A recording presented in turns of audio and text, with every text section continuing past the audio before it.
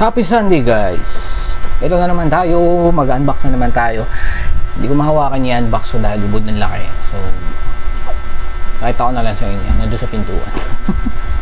Hindi ba ubod ng laki, malaki lang yung packaging niya, siguro para secure kasi yung item sa seller, kapag binasa niya yung review niya, dami nag-comment na may bangas, na may something, may crack. Siguro, hindi naman nila kapabayaan yun. Most likely, yung rider, yung courier service partner, kung sino man na nag-deliver na ng nakasira. So, yung ibang bumibili, sinisisi yung seller. So, ako, sinasabi ko lang dito ng tingin ko. Kawawa naman si seller. Feeling ko hindi nila kasalanan talaga. So, baka nasira lang during the delivery. So, anyway, pakita ko sa inyo yung i-unbox natin. So, yan na nga yung i-unbox natin. Tanyo naman, tudong laki.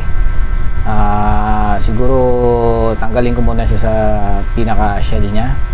Tapos, try kong i-unbox dito malapit sa akin kasi i-assemble pa natin yan. So, let's proceed!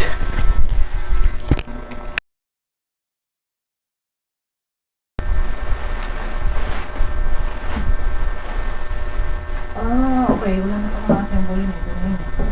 Pinisin ko na lang. Tama? So, yun na guys. Natapos na natin yung pag-unbox. Hindi ko na masyadong inano kasi mahihirap siyang i-unbox. I mean, mahirap i-unbox kasi malaki. And wala naman siyang literal box. So, parang in-unwrap lang natin siya. And good thing is, wala na rin kailangan i-assemble. So, kailangan mo lang linisan all the way. Lahat. Para sure. Kasi, dito ito mga didistin sa sala na, sa higaan namin. So, dapat malinis. This is my clean room. So, ito siya.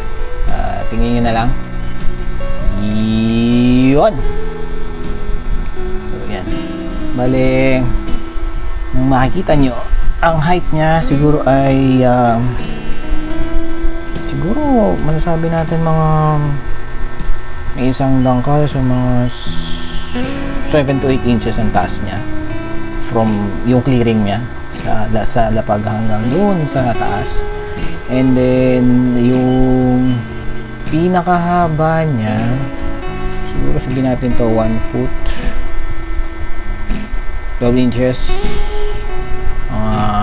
18 inches ang haba or mga 19 siguro.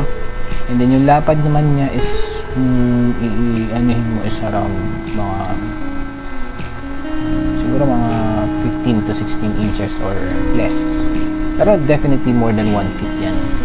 And then yun na, ang ganda dito sa ano na to is pa-curve. So ilalagay mo siya sa katawan mo, more reason na mapalapit siya kasi nga may curve. And then yung tawag dito, yung lagayan ng cup, ito. So kung meron kayong inuman, pwede nyo siya ilagay dito. And then ito, lagayan naman ng phone. So, teka, demo natin kung nga nakalagay yung phone or tablet. See? Ay, mabigat masyado eh. Tingnan natin yung color ito. Yeah, kaya naman.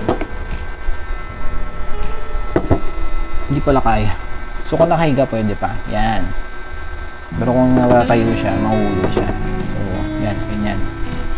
Pero kung may phone stand ka naman, tulad nung nakaraan ko, so, ganun din.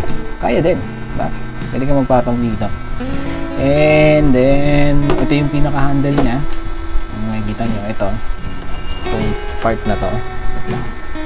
Pakita ko sa inyo yung handle. So, ito nga yung pinaka-handle niya. Dito, may hawakan dyan para madaling bitbitin. Tapos, ano pa ba?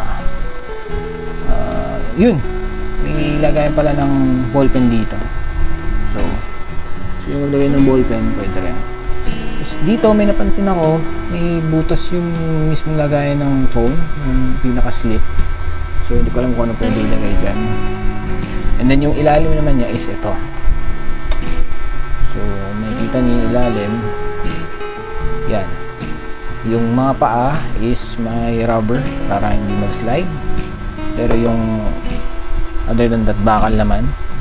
And then, i-fold mo lang siya na ganun. As is. And then, nakikita niyo yung screws. Ito yung screws niya. Phillips, tiga-apat.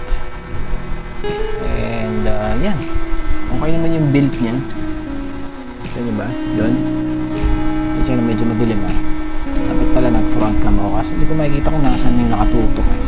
Anyway, so yun na nga.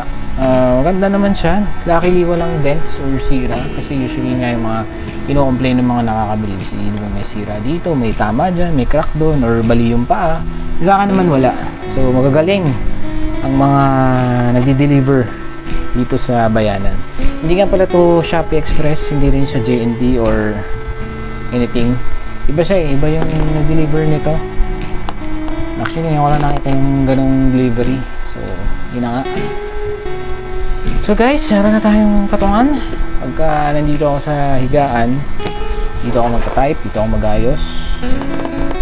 Diba? So yun, sana may natutunan kayo. Lagay ko yung link ni seller sa baba. And again, thank you for watching. If nagustuhan nyo to, like na lang, subscribe. Again, ginagawa ko lang to para alam niyo yung mga bibilin nyo kasi experience ko na yun, naghahanap ako ng mga item na gusto kong bilhin na walang review, so parang hirap sumugal. At least ngayon, nakita nyo yung paano natin yung box, yung itsura nung deliver, and then ano itsura nung binuksan, and kung ano yung mga features din niya. Pala meron nga pala tong anti-skid something dito sa gilid, so siguro para kung mga tulak mo may border siya, hindi siya mahulog agad-agad. Enjoy! Salamat! Happy weekends! Bye-bye!